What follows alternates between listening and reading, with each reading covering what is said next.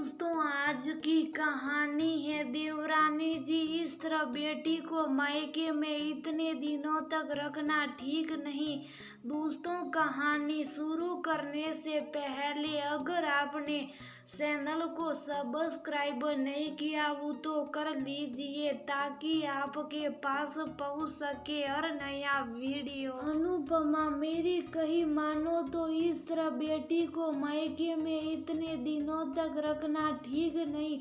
माधुरी अनुपमा को समझाते हुए बोली, बेटियां ससुराल में ही अच्छी लगती हैं। थोड़ा बहुत तो सब कई बेटियों को झेलना ही पड़ता है, लेकिन जीजी थोड़ी बहुत की बात होती तो हम लोग खुद उसको ससुराल भेज आते, लेकिन ना तो उसके सास ससुर उसके ढंग का व्यवहार करते हैं और ना ही प्रकाश। लेकिन आखिर कब तक इसको ऐसे ही घर पर बिठा ले रखोगी जीजी? हमारी बेटी हम पर भार नहीं है। अब तो हम पहले उसका भविष्य सुरक्षित करेंगे और तब तक हम लोग मनी को बिल्कुल भी भेजने के बारे में नहीं सोचेंगे।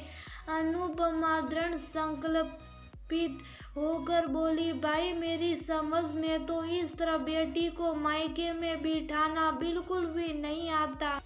सार जगह बदनामी ही होगी और तुम ही लोगों की वजह से कनिका मनी की ससेरी बहन को भी सुनना पड़ रहा। हमें तो लग रहा है कि तुम लोग कुछ ज्यादा ही मनी को सपोर्ट कर रही हो, इसलिए तुम लोग बेमतलब की बात को कुछ ज्यादा ही बात को तुल भी दे रहे हो। माधुरी मुंह बनाते हुए बोली, हाँ जीजी बिल्कुल सही कर रही हैं आप, बेमतलब की बात को ज्यादा तुल दे रहे है, लेकिन आप नहीं समझोगी क्योंकि बिल्कुल सही कहते हैं लोग बाग की जाके पावना फटी वही सो का जाने पीर पर आई। अनुपमा, आखिर कहना क्या चाहती हो तुम? माधुरी एकदम से तमक कर बोली, जैसे कि अनुपमा के इतने कहते ही उसके करंट लग गया हो। जीजी दिल पर हाथ रख कर कहिएगा, आपकी गलत तो नहीं कह रही मैं। जब कनिका को मालूम था कि प्रकाश मनी का पति की आदतें अच्छी नहीं है और सास ससुर भी बहुत तेज है, तो फिर क्यों उसने मनी की शादी अपने ससेरे देवर के साथ करवाने पर जोर डाला? आपकी बेटी तो सब प्रकार से सुखी है, दामाद उसके आगे पीछे घूमता रहता, सास ससुर कनिका कनिता कहते नहीं अगाते, तो आप तो उसके ससुराल वालों की प्रशंसा करेगी ही। लेकिन वहीं हमारी बेटी ने तो एक दिन भी उस घर में सुख का नहीं देखा। जेठानी जी जिस पर बीतती है ना वही जानता। आपको तो शायद एहसास भी नहीं होगा कि जब बेटी ससुराल से दुखी परेशान आती है तो माँ बाप के कलेजे पर क्या बीतती है।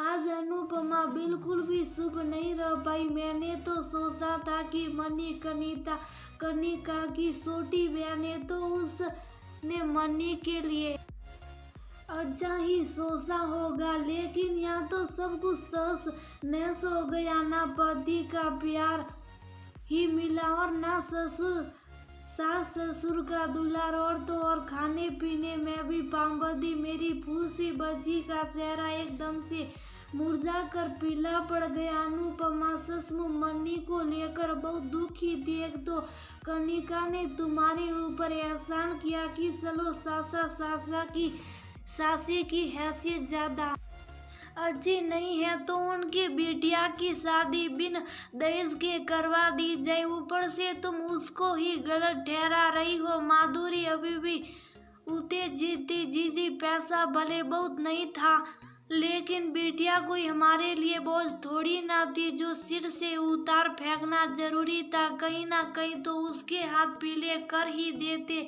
लेकिन कनिका ने तो सब कुछ छुपाकर हम लोगों के साथ एक तरह से विश्वासघात किया है। अनुपमा की आंखों में ये कहते कहते आंसू आ गए। तो फिर क्या, बिठाई रखो बेटी को मायके में। हाँ जीजी, अब तो हमें उस घर में अपनी बिटिया भेजनी ही नहीं है।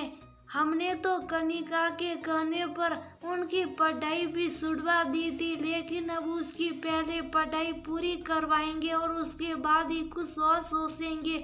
माधुरी अपनी दाल गलती ना देखकर अनुपमा का मुंह देखती रह गई और अनुपमा चुपचाप आंसू पोंछते हुए अंदर चली गई।